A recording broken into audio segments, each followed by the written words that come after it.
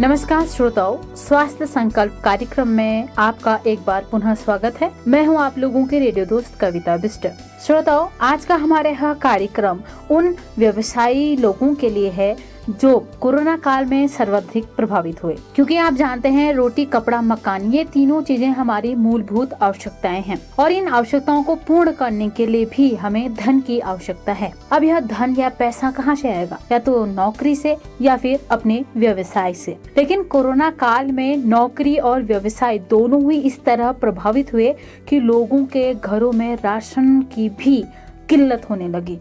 लोगों के स्वरोजगार खत्म हो गए, लोगों की नौकरियां खत्म हो गई। हालात यह थे कि घर की माली हालत काफी खराब हो गई। तो हमारा आज का यह कार्यक्रम उन्हीं व्यवसायी भाइयों के अनुभवों को लेकर आया है जिन्होंने कोरोना काल से बड़ी मुश्किल तरीके से पार पाया। आप जानते हैं उत्तराखंड में आज पर्यटन अपनी चरम अवस्था पर है और पर्यटन के लिहाज से यह क्षेत्र बहुत ही बढ़िया माना जाता है। इसीलिए आज के युवा अधिकांशतः पर्यटन से जुड़े हुए स्वरोजगार करना चाहते हैं, जिसमें हमारा होटल व्यवसाय, ट्रैकिंग, टैक्सी, ये सब चीजें हैं। यह व्यवसाय ऐसा है जो पूर्ण तरीके से पर्यटकों पर निर्भर करता है। अगर पर्यटक हैं तो व्यवसाय अच्छा, नहीं है तो व्यवसाय खराब। क्योंकि कोरोना काल में लॉकडाउन था, पर्यटक यहाँ नहीं आ पाए। ऐसे में इस क्षेत्र पर कितना कुछ प्रभाव पड़ा उसको साझा कर रहे हैं हमारे कुछ होटल व्यवसायी और ट्रैकिंग के व्यवसायी। आइए चलते हैं और जानते हैं उनके अनुभव। नमस्कार जी, मैं नंदन बिष्ट कस्या लेक से हूँ और मेरा कस्या लेक में जो है कुमाऊनी किचन करके प्रतिष्ठान है और वहाँ पे हमारी एक कुमाऊनी स्टोर करके कुमाऊं लोकल प्रोडक्ट का जो है स्टोर भी है। ये फास्ट फूड के आइटम्स मिलते हैं जी। तो मैं आपसे ये जानना चाह रही थी कि कोरोना का आपके होटल व्यवसाय पर कितना असर देखने को मिला है? देखिए, कोविड से तो पूरा देश ही परेशान हुआ। 2 साल का टाइम ऐसा रहा कि मतलब उसमें मुश्किल से 4 महीने जो बीच में जिस टाइम में लॉकडाउन खुला था उसी टाइम में थोड़ा बहुत कुछ काम हो पाया, जिससे ये कहा जाए कि मतलब जो रोजी रोटी चल रही थी वही बड़ी मुश्किल से अरेंज हो पाई जी। तो जितने लोग व्यवसाय से जुड़े हुए थे हमारे साथ, 4 या 5 लोग जो भी थे प्रतिष्ठान पे, वो लोग और 1-2 लोग जो नीचे के उस पे थे, वो सारे लोग उस बीच जो है बेरोज़गारी की मार झेल रहे हैं जी। और हमारे साथ भी कुछ ऐसे ही रहा। बड़ी मुश्किल से जो है लॉकडाउन खुला तो 2-3 महीने जैसे रनअप पे आए, फिर दोबारा फिर से लॉकडाउन लग गया जी। तो सारी व्यवस्थाएं करने में थोड़ा दिक्कत ही हुई, तो आर्थिक व्यवस्था थोड़ा चरमरा गई थी। लेकिन अब जाके थोड़ा जब से दूसरा लॉकडाउन खोला और अभी अर्थव्यवस्था थोड़ा ठीक है, देश की भी ठीक है और जाहिर सी बात है सभी नागरिकों की ठीक ही चल रही है अभी, तो थोड़ा रिकवर हो पाया अभी जी। तो अभी कोरोना के बाद क्योंकि टूरिस्ट दोबारा हमारे मुक्तेश्वर एरिया में लौट रहा है, तो अभी रेस्टोरेंट में वो लोग उसी तरीके से बेझिझक होकर पैसा खर्च करके अपनी पसंद का भोजन करते हैं या फिर थोड़ा सा मतलब पैसा खर्च करने में हिचकिचाते हैं? थोड़ा सा इसके बारे में जानना चाहूँगी। देखिए, सारी यहाँ पे जो है पर्यटन का ज़्यादा है, तो दिल्ली से ज़्यादा कस्टमर आता है जी। यहाँ पे टूरिस्ट अभी आ रहा है जी। वो ज़्यादा हायर क्लास का आ रहा है जी। तो उनकी इकोनॉमी थोड़ा इतनी ज़्यादा डिस्टर्ब नहीं हुई है, तो वो लोग ठीक ठाक खर्च कर लेते हैं। लेकिन जो ये जुलाई के बाद का जो कस्टमर चलता था वो कम हो गया। अक्टूबर के टाइम में जो आता था बंगाली सीजन, ये तो बिल्कुल डल चले गया है जी। पहले अक्टूबर में अच्छा खासा सीजन चलता था, लेकिन अब वो स्थिति नहीं है, बहुत लोअर हो गया है जी। अक्टूबर में अच्छा काम चलता था, अब बिल्कुल ख़त्म के बराबर है। तो ये प्रभाव कोरोना का हम मान सकते हैं, बिल्कुल श्योर। मेरा नाम रवि बिष्ट है, मैं बूढ़ी बना से हूँ और हम लोग सरगा खेत में इको टूरिज़्म कैंपिंग चलाते हैं पिछले कई 25-26 सालों से। और मेरा व्यक्तिगत अनुभव है लगभग 16-17 सालों से, जिसमें हम ट्रैकिंग, कैंपिंग, ये तमाम गतिविधियां हम संचालित करते हैं, जिसमें कि बाहर के राज्य, अंतर्राज्यीय टूरिस्ट यहाँ पर आते हैं, तो उनके साथ हमारा ये सब कार्यक्रम हम संचालित करते हैं जी। यानी कि आपका जो व्यवसाय है पूरा का पूरा सैलानियों पर ही निर्भर करता है। लेकिन अगर हम कोविड-19 की बात करें तो पर्यटक बहुत कम हो गए थे क्योंकि लॉकडाउन थे, तो ऐसे में आपके व्यवसाय पे कितना प्रभाव पड़ा और आप इस स्थिति से कैसे उभरे? कोविड-19 के समय अंतराल की बात करें तो व्यवसाय को फ़र्क पड़ने की बात नहीं है, व्यवसाय एक तरीके से बहुत ही बुरे ढंग से इफ़ेक्ट हो चुका था, बहुत गंदे तरीके से जिसको कह सकते हैं इफ़ेक्ट हुआ। कोविड-19 में क्या था कि बिल्कुल इस तरह का सुनसान सा माहौल जिसमें कि आमदनी का कोई सोर्स नहीं, और इवन हमें अपने सेफ्टी कंसर्न को बढ़ाने के लिए हमें जो हमें डाइट का पार्ट है वो हमें हेल्दी डाइट लेनी है, और जो सोर्स ऑफ इनकम है वो बिल्कुल जीरो बट्टे जीरो, और जिसमें कि किसी भी प्रकार के टूरिस्ट की आवाजाही नहीं है और किसी भी प्रकार का कोई जो भी इनकम सोर्स ऑफ इनकम है। यानी कि कहना चाहिए कि शाम को घर में राशन ख़त्म हुआ और सुबह को इतना ज़बरदस्त आंधी तूफान आ गया कि वो आंधी तूफान महीनों तक रह गया, और जिस हालत में कि बच्चे क्या खाएंगे। सालों साल तक इंसान के पास जो भी आजीविका का सोर्स है वो बिल्कुल चौपट हो चुका है। और व्यक्तिगत टूरिज़्म की बात करें, जो आने वाला टूरिस्ट है उसको तो कई कोसों दूर तक उसका कोई सरकार की जो गाइडलाइंस हैं वो तो कहीं तक दिख नहीं रहा है। और दूसरी तरफ से अगर हम व्यक्तिगत अपनी बात करें, अपने सेटअप को हमने रिन्यूअल किया था तो उसमें लगभग हमने बहुत अच्छा पैसा खर्च किया था, और हमारे पास जो कि बहुत अच्छी बुकिंग्स थी जो कंफर्म हुई थी, जिनका हमें एडवांस अमाउंट आ चुका था, और वही एडवांस अमाउंट से हमने बहुत अच्छा डेवलपमेंट रिनोवेशन किया था। और वो टाइम बिल्कुल ऐसा था कि जो मार्च का महीना होता है किसी भी टूरिज्म इंडस्ट्री के लिए खासकर, कि जैसे दीपावली में घरों की तैयारियां होती हैं, साज सज्जा होती है, तो सेम टूरिज्म इंडस्ट्री में, हॉस्पिटैलिटी इंडस्ट्री के अंदर सारे लोगों का यही रहता है कि मार्च में सारी चीज़ें टिच हो जाए। अगर कोई गैस की समस्या हो, पानी की समस्या हो, बिजली की समस्या हो, या फिर अपने जो इंफ्रास्ट्रक्चर की बात हो, किसी भी तरह का जो भी अगर उनको परचेजिंग करनी है या किसी भी तरह का सेटअप को रिनोवेट करना है, तो मार्च का ही महीना होता है। और जो भी हमारे पास बहुत अच्छा अमाउंट आ चुका था एडवांस के रूप में, तो हमने वो सारा क्योंकि अच्छे बिजनेस की जो हमारे संभावनाएं थी और जो हमारे पास बहुत अच्छे सिम्टम्स थे, जो बहुत अच्छा एडवांस अमाउंट हमारे पास आ चुका था, तो हमने वो बहुत अच्छे तरीके से इन्वेस्ट कर लिया। और जब जहाँ पे बात आई कि अब नए पायदान में नए स्टेप को आगे रखने की, तो देखा कि एक बुकिंग कैंसिल, वो फॉरनर बुकिंग कैंसिल हुई, तो उन्होंने मेल पे लिखा था कि अभी एक इस तरह की कोई बीमारी का संदेशा है, और जिसमें कि हमारा कॉलेज स्कूल अलाउ नहीं करता है कि इस बीमारी में हम बाहर जा सकते हैं, और इवन यहाँ से सारी फ़्लाइट्स कैंसिल होने लग गई हैं जी। तो एक समझ में नहीं आया कि हो सकता है कहीं फॉरनर किसी विदेशी शहरों में या कहीं पे इस तरह की बीमारियाँ, इस तरह का कहीं भी बीमारी का बोलबाला हो रहा हो। जब धीरे धीरे यही चीज़ दिल्ली में आई, और दिल्ली से एकाएक अगर सारी बुकिंग्स कैंसिल होना स्टार्ट हुआ, बहुत मानसिक असंतुलन की स्थिति आ गई कि ये सब क्या हो रहा है। और हम इतने अच्छे इंफ्रास्ट्रक्चर को लेके बैठे हैं, हम इतनी अच्छी एनर्जी के साथ, इतना अच्छा प्लानिंग के साथ बैठे हैं, और वहाँ पता लगता है कि एकदम से शटर डाउन की सारी बुकिंग्स कैंसिल। एक तरफ कोविड-19 ने होटल, ट्रेकिंग, टैक्सी चालकों को प्रभावित किया, वहीं पर कोविड ने मिठाई की मिठास में, सोने की चमक में, दुकान की दुकानदारी में भी रंग में भंग डालने का काम किया।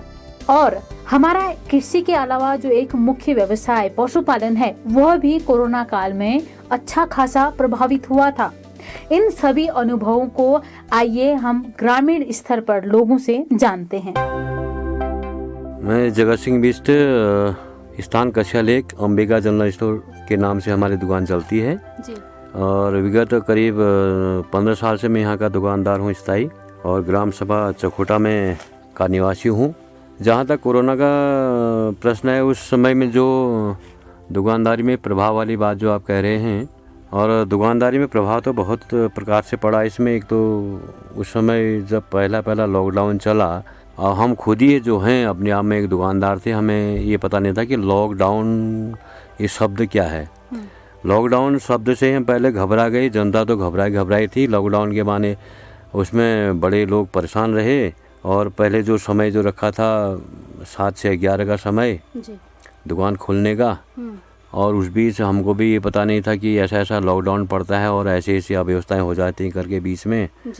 तो हम लोगों ने अपने अवस्था अनुसार जो ग्राहक जो हमारा नित्य प्रति जो सामान लेते थे, वही सामान हमने रखे अपनी दुकान में रखा था। अब उस पीरियड में जब ग्राहक हमारे पास जब आए जब सामान लेने के लिए, अब केवल आवश्यकता की जो चीज़ें होती हैं, खाद्य पदार्थ, जैसे हम जो नित्य प्रति रोज़ाना जो खाते पीते हैं, चाय पानी जो भी है, अपनी ज़रूरतमंद सामान को ले जाता था वो। और जो फालतू सामान जो जैसे फालतू जो खर्चे होते हैं उस पर उसने एकदम रुकावट कर दी थी, उसको नहीं लेते थे। और बच्चे भी बिल्कुल आना जाना बंद हो गया था।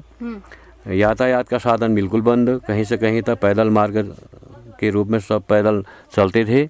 और उधर जो है बाज़ार से जो सामान आता था केवल खाद्य पदार्थ का आता था। अब कुछ समय तो ऐसा रहा, हम लोगों का जो लेन देन था अपना, बनिया लोग यहाँ आते थे, हम उनको पैसा दिया करते थे, तब वो सामान भेजते थे जी। अब बाद में फिर तो ऐसा हो गया, बनियों ने भी अपना सामान भेजना बंद कर दिया। अब हम भी न जा पाए हल्द्वानी, अब वो भी यहाँ ना आ पाए क्योंकि समय बहुत कम था बीच का, 7 से 11 का समय, क्योंकि उनको हल्द्वानी से यहाँ आना है, यहाँ से जगह हल्द्वानी जाना है। और ऐसे हमारे हो गया था, हम 4 घंटे में क्या कर लेते, यहाँ से हल्द्वानी जाना है, वहाँ से सामान कैसे हम भरपाई उसे कर सकते थे। बड़े परेशान रहे इस बीच जो भी रहा। और कोरोना काल जो भी है अब बीत गया है, अब लोग खुशी खुशी से अपना जीवन यापन कर रहे हैं। तो अभी दुकानदारी पर कोरोना के बाद क्या कुछ असर देखने को मिला है, या फिर जैसे सामान्य स्थिति पहले कोरोना से पहले की थी वैसी ही हो गई है? नहीं, अब तो स्थिति करीब करीब सामान्य हो गई है। जो पहले स्थिति थी कोरोना काल में, इसमें तो बहुत अंतर हो गया अब तो जी। तो श्रोताओं, इसी कार्यक्रम में अब हम आगे पहुंचे हैं अपने नज़दीकी हलवाई की दुकान में। आइए उनसे जानते हैं। सबसे पहले अपना परिचय दे दीजिए। मेरा नाम राजेंद्र सिंह बिष्ट है। मेरी दुकान कसेलेक मार्केट के मध्य में है जी। तो मैं आपसे जानना चाह रही थी, कोरोना काल में आपके जो ये हलवाई का आप काम करते हैं, बहुत स्वादिष्ट मिठाई आप बनाते हैं, तो इस पर क्या प्रभाव रहा? कोरोना काल में प्रभाव इतना रहा, इतना बुरा प्रभाव रहा कि साल भर तक तो हमने दुकान खोल ही नहीं पाए जी। जब हम कभी मार्केट अगर आवश्यक कार्य के लिए भी आते थे तो पुलिस प्रशासन का या अन्य लोगों का, सामाजिक कार्यकर्ताओं का इतना दबाव रहता था कि हम देखने से भी डरते थे, भाग जाते थे घरों को, बिल्कुल एकदम दुबक के रहते थे जी। हाँ। टाइम मैडम में आना बिल्कुल आवश्यक कार्य, जैसे सब्जी के लिए आना होता था। और वो भी डर डर के। इतना बुरा प्रभाव पड़ा जिससे कि आर्थिक स्थिति हमारी इतनी डगमगा गई। साल भर में फिर दूसरा जब आया चरण, दूसरे चरण में 6 महीने का, 6 महीने तक हम मतलब ऐसे रहे कि बहुत ही आर्थिक स्थिति में जो हम दैनिक अपना उपयोग के लिए वो कमाते, आर्थिक स्थिति का अपनी दुकानदारी से जो भी कमाते हैं मजदूरी, तो उसमें बहुत बुरा प्रभाव पड़ा, बहुत आधे से भी कम, जिससे कि बहुत प्रभावित रहा हमारा जनजीवन। अच्छा, तो कोरोना के मतलब जैसे धीरे धीरे कोरोना ख़त्म हुआ तो फिर लोग दुकान में मिठाई लेने आने लगे, या फिर वही अपनी रोज़मर्रा की जो महत्वपूर्ण चीज़ें हैं उनको ही खरीद रहे थे? उनको ही खरीद, इसका तो हमें ये तो ऐसा होता है ना, आवश्यक कार्य जो आवश्यक चीज़ें होती हैं वो तो आदमी को खरीदनी ही होती। ये तो आदमी एक एक्स्ट्रा ये वो है आदमी की ना, कि अगर ठीक ठाक है आर्थिक स्थिति, उसका चलो थोड़ा हम आवश्यक अपने घर के लिए कार्य सामान खरीद लें, तो थोड़ा बच्चों के लिए मिठाई भी ले जाएं। जब आर्थिक कोरोना के कारण आदमी बिल्कुल उसकी आर्थिक स्थिति एकदम डगमगा गई, तो ऐसे कहाँ दुकान में मिठाई उठाई का कमी रहा, वैसा नहीं रहा, एकदम खुला एकदम जो होता था आदमी में एक उत्साह होता था। उसने कहा मिठाई भी ले जाएं, आवश्यक चीज़ ले गए तो थोड़ा मिठाई बच्चों के लिए ले जाएंगे, लेकिन नहीं, बहुत समय तक बहुत प्रभाव पड़ा रहा इसका।